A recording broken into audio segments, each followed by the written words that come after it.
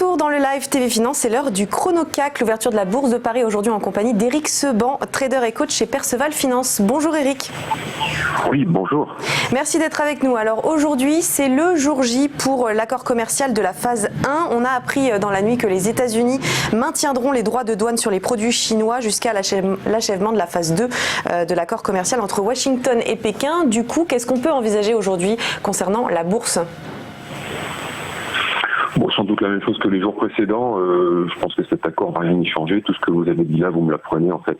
Je regarde pas les news, je les écoute pas, j'ai pas envie d'être perturbé, je regarde plutôt les graphiques et je constate en tout cas que le comportement du marché, en tout cas du CAC 40, est identique à ce que j'avais anticipé, en tout cas ce dont je vous avais parlé la semaine dernière, à savoir que le CAC est entré dans un range depuis la deuxième quinzaine de décembre.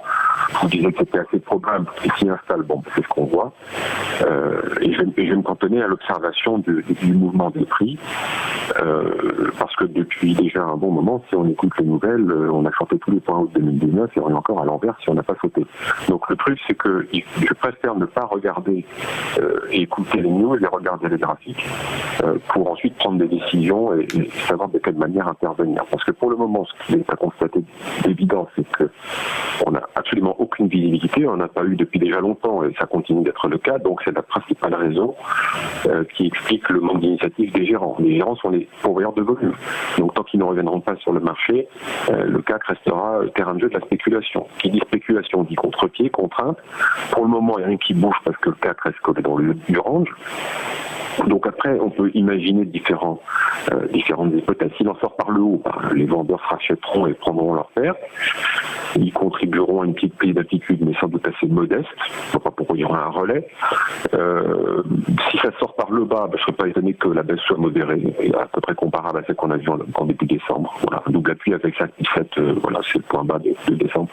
Ça ne m'étonnerait pas plus que ça. Après, je ne sais pas s'il y aura une latéralisation ou est-ce que ça reprend. Franchement, on verra bien, mais en tout cas, un effondrement, j'y crois pas. Et puis de toute façon, surtout, avant de parler d'une baisse en ligne droite de 5,7, on pourrait imaginer déjà que les prix marquent une pause sur le bas du range.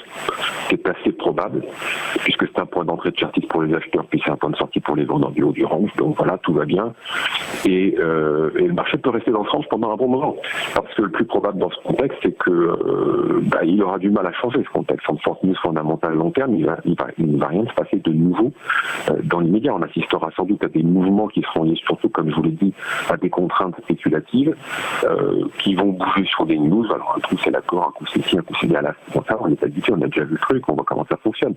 Je pense que de toute façon, le plus probable, c'est que le marché sorte par le haut. Pas seulement parce que, pour des raisons chartistes, parce que ça accumule sur le point haut, mais parce que le contexte ne change pas. Et tant qu'il ne change pas, il est probable qu'on assiste à la même chose que ce qu'on a vu en 2019. Donc aujourd'hui, compte tenu de ce contexte-là, la stratégie qu'on suit depuis des semaines, ça reste inchangée en fait. Il est toujours préférable d'acheter des replis en intraday pour viser des écarts d'une vingtaine de points et de recommencer.